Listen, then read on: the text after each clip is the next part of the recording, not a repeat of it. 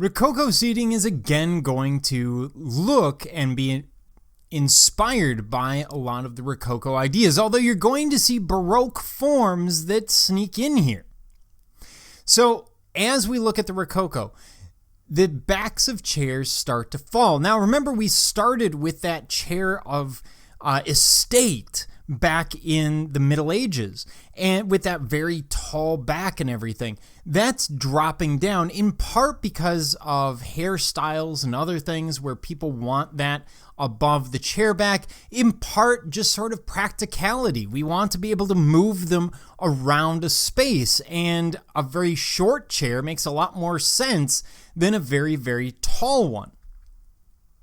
Now the first form we're going to look at is the Duchesse.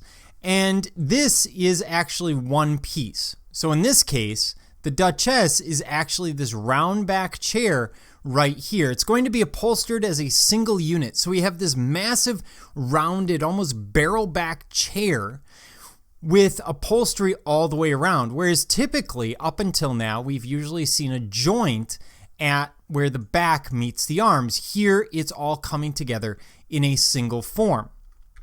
Now, the Duchesse Brisee is actually when you have that Duchesse chair along with the footrest.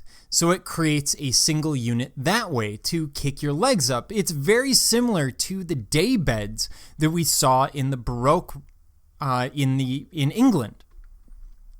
And then when you have the full set, it's the Duchesse and Bateau, which is actually three pieces frequently. So you have an ottoman. Sometimes the Duchesse is actually extended and includes the ottoman as a single unit here. But then you have a footstool with an end on it. This could act as a low back chair, or it can act as the end of the footrest.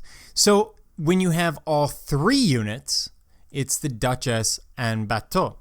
The Fauteuil à la Reine is going to be a big, heavy chair, the sort of thing that you put up against a wall, and it's usually intended for that purpose.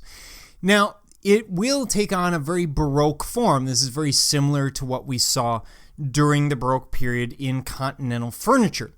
But we will see its lighter cousin, the Fauteuil and Cabriolet, which is meant to move around.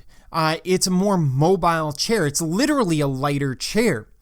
And what we see is also a spoon back on this chair. So what it does, if I turn it in profile, is it actually scoops back and forward just slightly to capture the curve of the human back. That's going to be important because it makes it a far more comfortable chair. Now you'll notice there is no X-shaped stretcher or other stretcher bars moving along underneath it. That's because with the new materials that they use, they don't need that. Woods like mahogany are very lightweight and surprisingly strong. Also, the engineering of these sort of S-curve legs allows them to create something that is very, very sturdy and yet very, very stable while looking very lightweight, which is very in the fashion for the Rococo period.